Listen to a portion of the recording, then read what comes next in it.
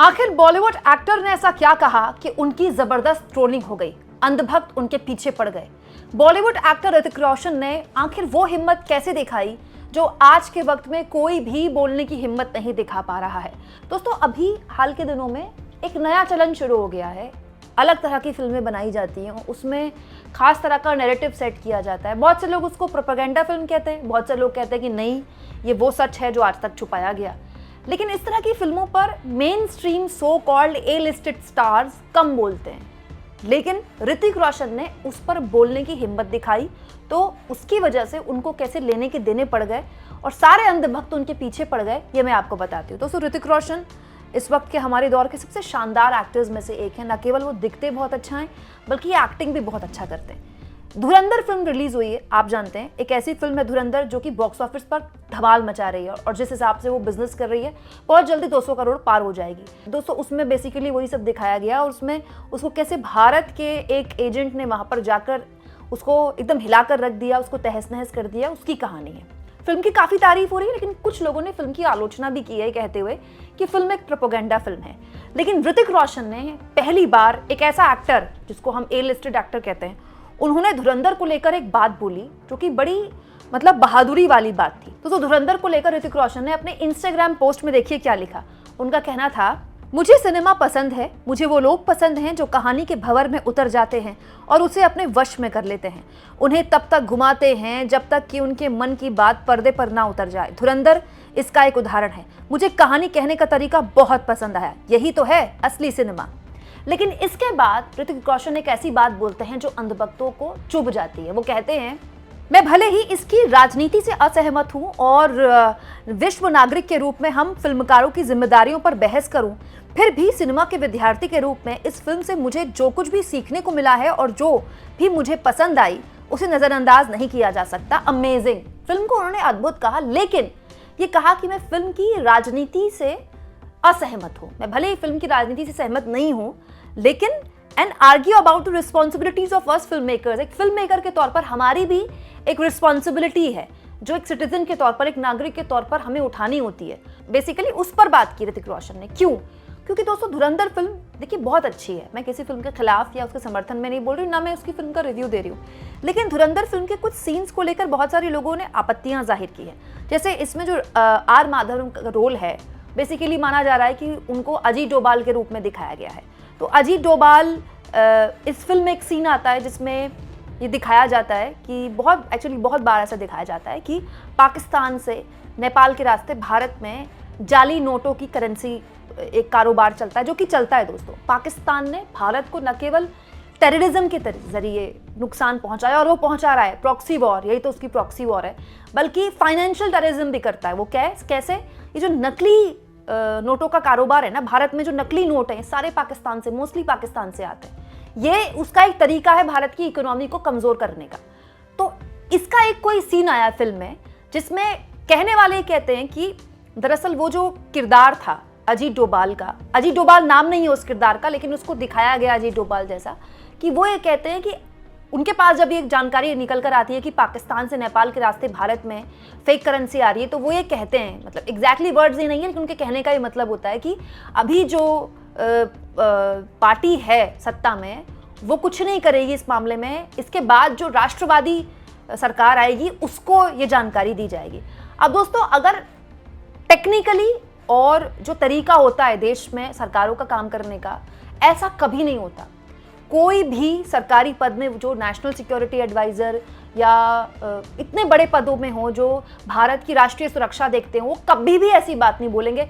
ये बेहद एक गैर जिम्मेदाराना बात है, कभी बोल ही नहीं सकता, चाहे इसकी सरकार हो चाहे उसकी सरकार हो। क्यों? क्योंकि जब सरकार होती है वो किसी पार्टी की नहीं होती, सरकार देश की होती है। लेकिन एक बड़े हल्के अंदाज में एक लोग ये कह रहे हैं कि दिखाने की कोशिश थी कि पूर्व की सरकारों में देखिए क्या हुआ और इस बार की सरकार में जो नई वाली सरकार है इसमें क्या हुआ, और ये नया भारत है, इस तरह की बात भी उस फिल्म में बोली गई। इसके अलावा 26/11 का जिक्र किया गया उस फिल्म में। हालांकि उस फिल्म में पार्लियामेंट अटैक का भी जिक्र किया गया, लेकिन कहने वाले ये कहते हैं कि अगर जिक्र हो ही रहा था तो उस फिल्म में उन आतंकी हमलों का जिक्र नहीं हुआ जो एनडीए या बीजेपी के जमाने में नहीं हुए हैं। तो बहुत से लोगों ने इस फिल्म की पहले भी आलोचना की थी। उसी का शायद यहाँ पर ऋतिक रोशन जिक्र कर रहे थे कि फिल्म में जो भी पॉलिटिक्स है उससे मैं इत्तेफाक नहीं रखता हूँ और एक फिल्म मेकर के तौर पर हमारी कुछ जिम्मेदारियां हैं, लेकिन उन्होंने फिल्म की तारीफ की। लेकिन इंस्टाग्राम में जैसे ही ऋतिक रोशन ने ये स्टोरी डाली, बवंडर मच गया। उनकी इतनी ट्रोलिंग हुई है, इतनी ट्रोलिंग हुई है, इतनी ट्रोलिंग हुई है कि पूछिए मत।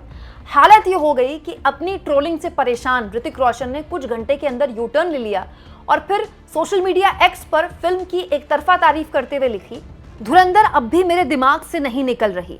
आदित्य धार, आप कमाल के फिल्म निर्माता हैं। रणबीर सिंह, खामोशी से उग्रता तक का सफर, क्या गजब का सफर और जबरदस्त निरंतरता।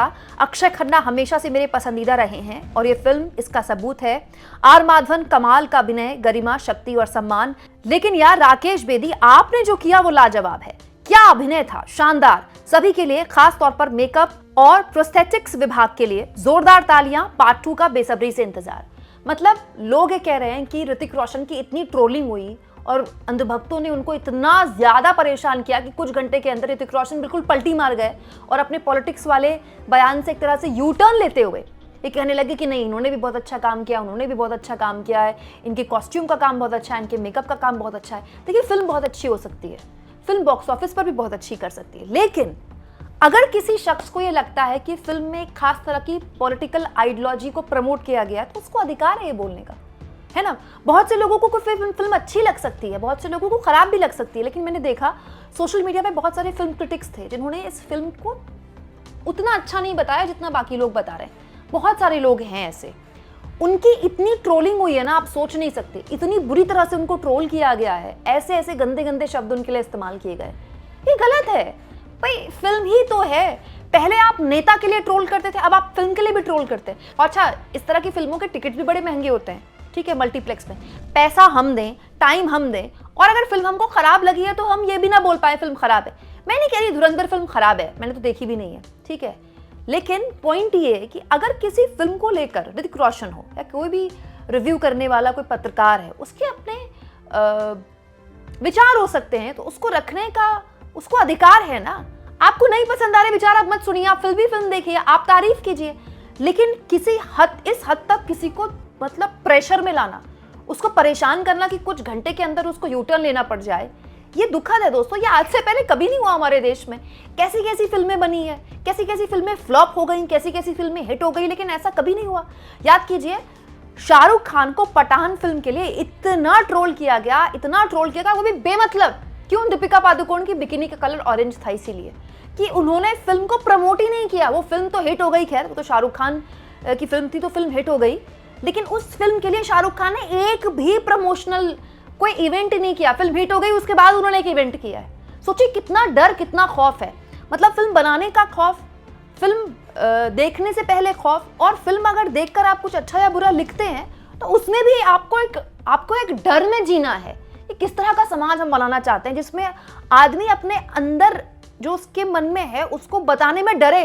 ऋतिक रोशन को अगर लगता है कि फिल्म की किसी पॉलिटिकल आइडियोलॉजी से वो इत्तेफाक नहीं रखते हैं और फिल्म मेकर के तौर पर जो जिम्मेदारियां हैं उसको उस फिल्म में नहीं निभाया गया है पूरी तरह से, तो हो सकता है वो गलत हैं, लेकिन उसको अधिकार है ये बोलने का, क्योंकि वो इस देश के नागरिक हैं, उनको इस देश के संविधान ने अधिकार दिया है। लेकिन वो कौन लोग हैं जो उनको इस लेवल पर प्रेशर में लाते हैं कि उनको कुछ घंटों के अंदर यू टर्न लेना पड़ता है। आप इस मुद्दे पर क्या सोचते हैं? कमेंट बॉक्स में जरूर लिखें, और जितना हो सके चैनल को शेयर भी करें और सब्सक्राइब भी।